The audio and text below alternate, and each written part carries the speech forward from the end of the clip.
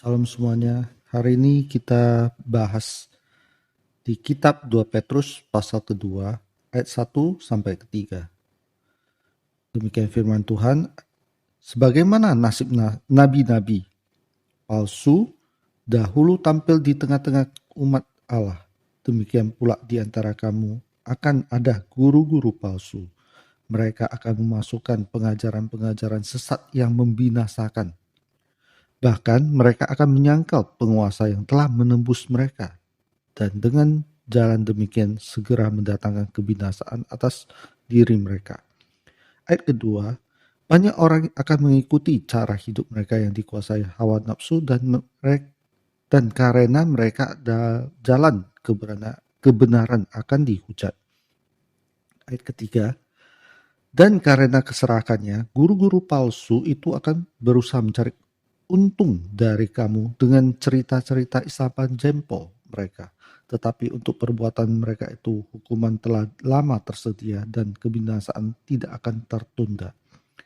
Ayat 1, apa yang dikatakan? Ada nabi-nabi palsu di tengah-tengah umat Allah. Yaitu di tengah-tengah orang percaya ada nabi palsu. Nabi, kenapa kita sebut dia nabi? Karena dia mengajar. Tetapi ada unsur kepalsuan. Yang jadi pertanyaan, kalau dia sebagai nabi, apakah dia orang percaya?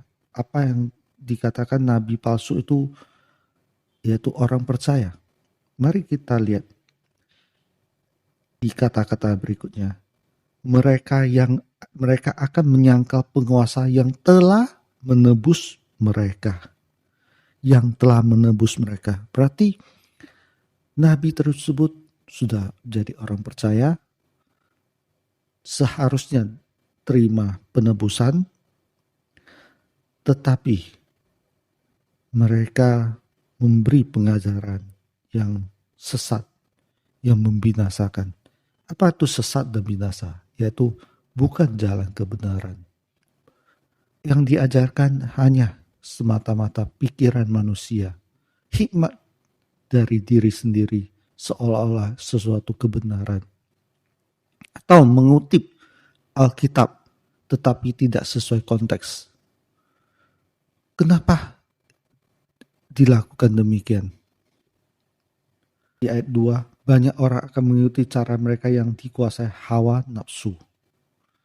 Mereka dikuasai hawa nafsu. Nah, hawa nafsu apa yang dikuasai? Ayat ketiga yaitu mencari keuntungan. Mereka mencari keuntungan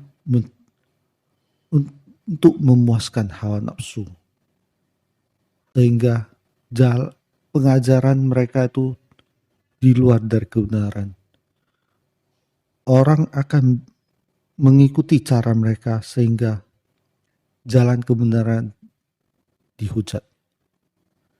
Jalan kebenaran tidak dijalani. Jalan kebenaran seolah-olah salah.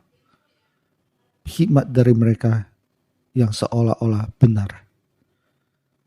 Sehingga mereka menceritakan isapan jempol, yaitu cerita-cerita yang dikarang sendiri, yang dibuat sendiri, baik melalui kutipan Alkitab maupun hikmat sendiri, seolah-olah semua adalah kebenaran. Banyak nabi-nabi yang mengutip kitab-kitab ayat-ayat per ayat tanpa sesuai konteks, hanya untuk mempertegas apa yang dia inginkan, apa yang dia mau sampaikan untuk mendatangkan keuntungan bagi dia sendiri. Tentu keuntungan bagi dia sendiri mayoritas mengenai uang. Mendatangkan persembahan yang banyak, mempergunakan persembahan tersebut. Ada juga yang bertujuan untuk membangun kerajaan diri sendiri, membangun seolah dalam tanda kutip partai sendiri, sehingga banyak pengikutnya, banyak yang memuja-muja dia, pada akhirnya juga bisa terjerumus dalam keuangan. Setelah organisasi atau pengikutnya banyak, uangnya berlimpah, maka pencobaan akan uang itu pasti datang. Ada juga yang ingin menjatuhkan organisasi lain sehingga memakai isapan jempol yang lain. Seolah partai lain ataupun tanda kutip organisasi lain ataupun pengajar yang lain itu salah. Yang benar yaitu organisasi dia, pengajaran dia, kerajaan dia. Demikian terjadilah penyesatan-penyesatan yang timbul di zaman sekarang ini. Oleh sebab itu, marilah kita waspada terhadap pengajaran yang demikian.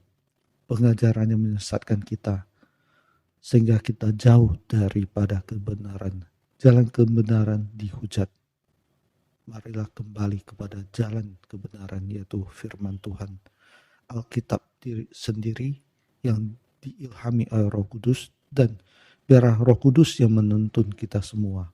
Bukan ajaran manusia, tetapi Roh Kuduslah yang mengajar kita semua. Latihlah diri sendiri, peka akan suara-suara Roh Kudus. Demikian firman Tuhan. Shalom.